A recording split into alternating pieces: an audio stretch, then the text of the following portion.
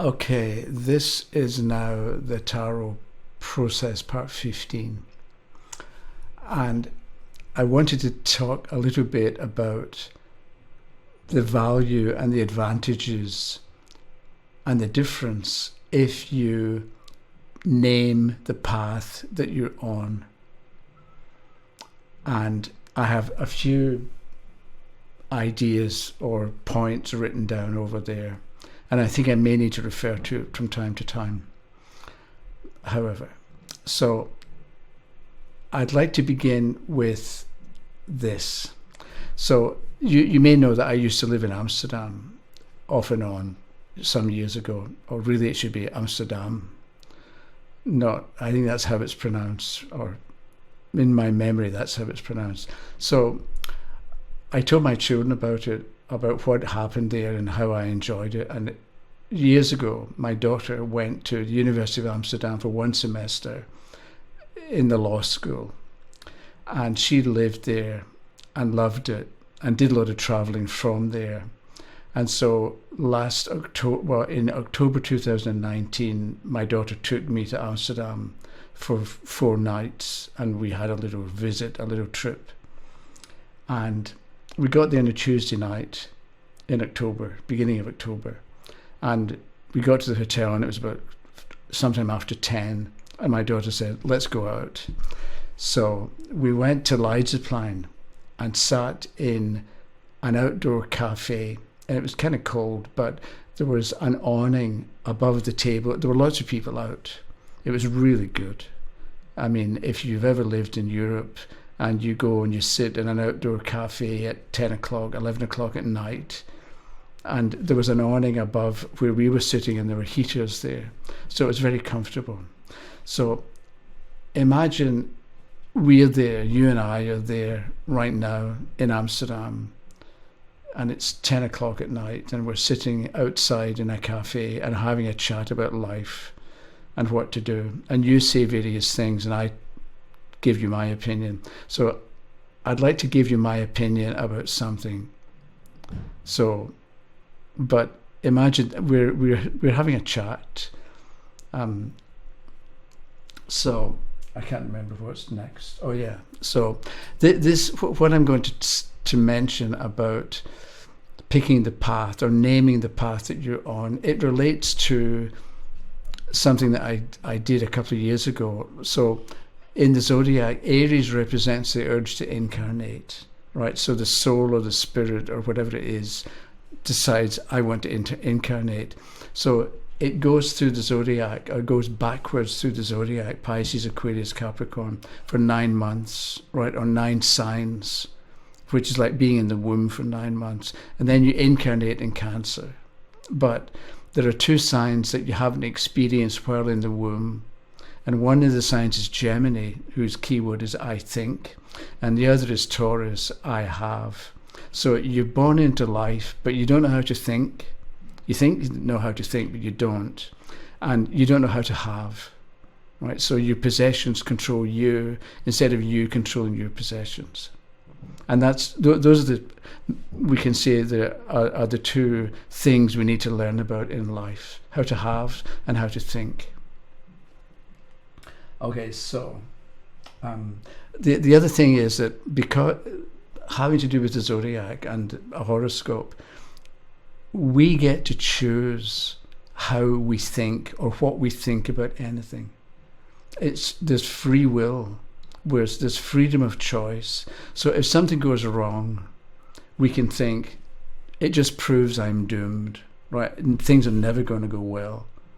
Or you can think, that didn't go well.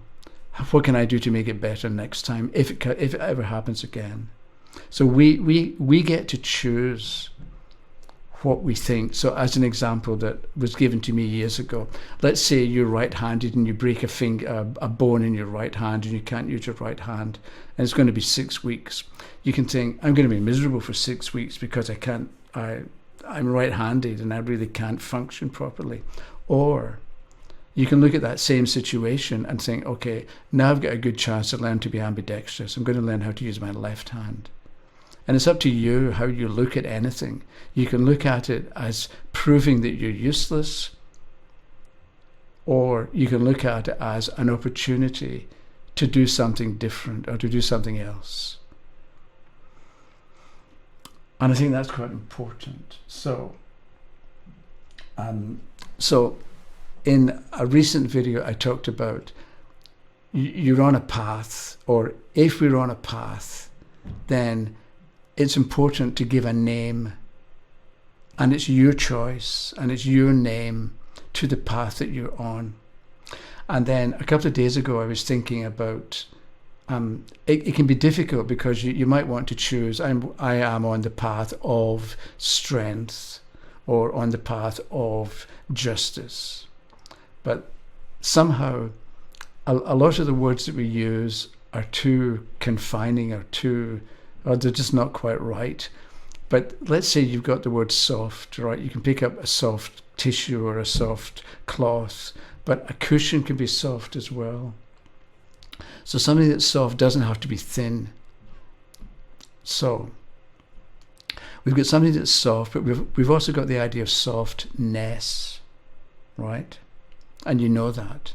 So instead of thinking I'm on the path of strength, maybe you think I'm on the path of strengthness, which is not the same as strength. Because maybe with strength you think I've got to be physically fit and strong and morally strong. But if you're on the path of strengthness, then various things are going to happen that will enable you to develop strengthness. Or maybe you take the idea of strengthability,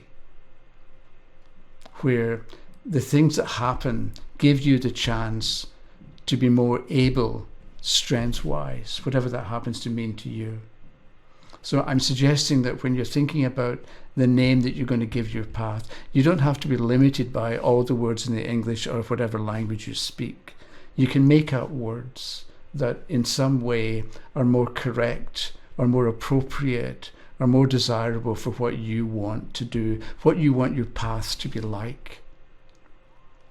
So, and I wrote down mother. So let's say you want to be a good mother, or you've got a mothering instinct and you sort of like to take care of people.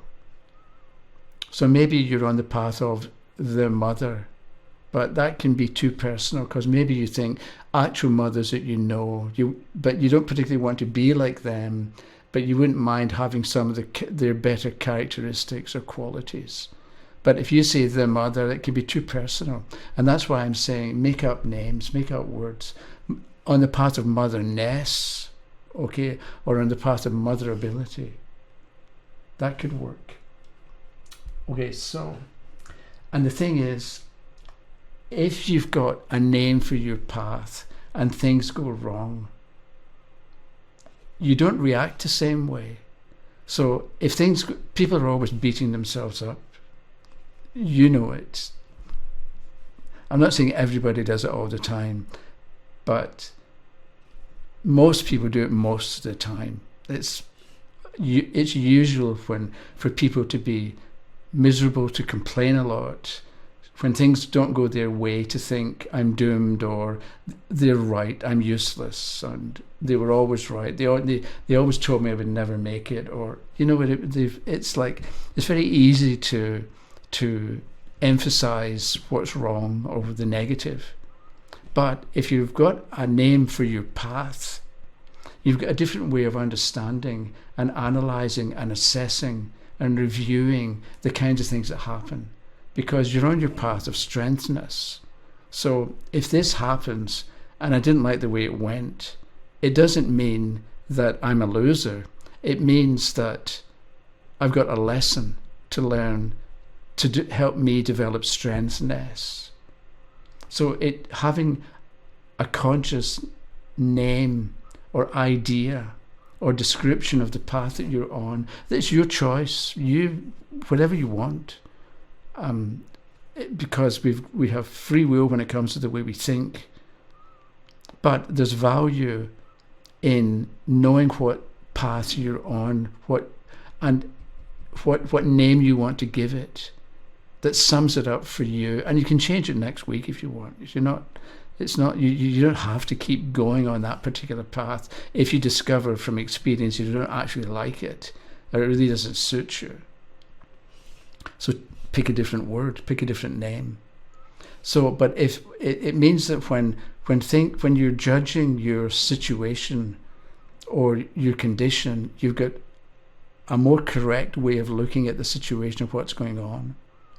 And you're no longer as inclined to beat yourself up or to be down on yourself or to take the negative point of view, because it means that the things that happen that before would have been proof that you're useless now become lessons, or now they become experiences that will enable you to be a better, or to be more on the path of strength ability or mother ability, or whatever your word happens to be. Maybe justice ability, because you want justice, but you want to be able to develop a bigger and better understanding, and to be more able to apply correct justice in any kind of situation. What have I got here?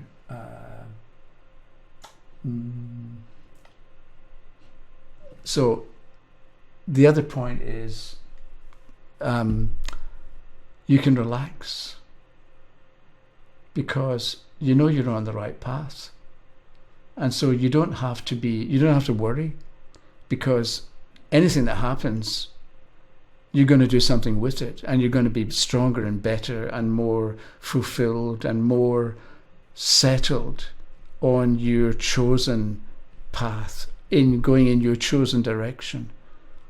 So whatever happens really doesn't matter. It's going to work. You're going to make it work for you. But I think the point, so you can relax, you can take it easy. There's no rush, because you're on a path.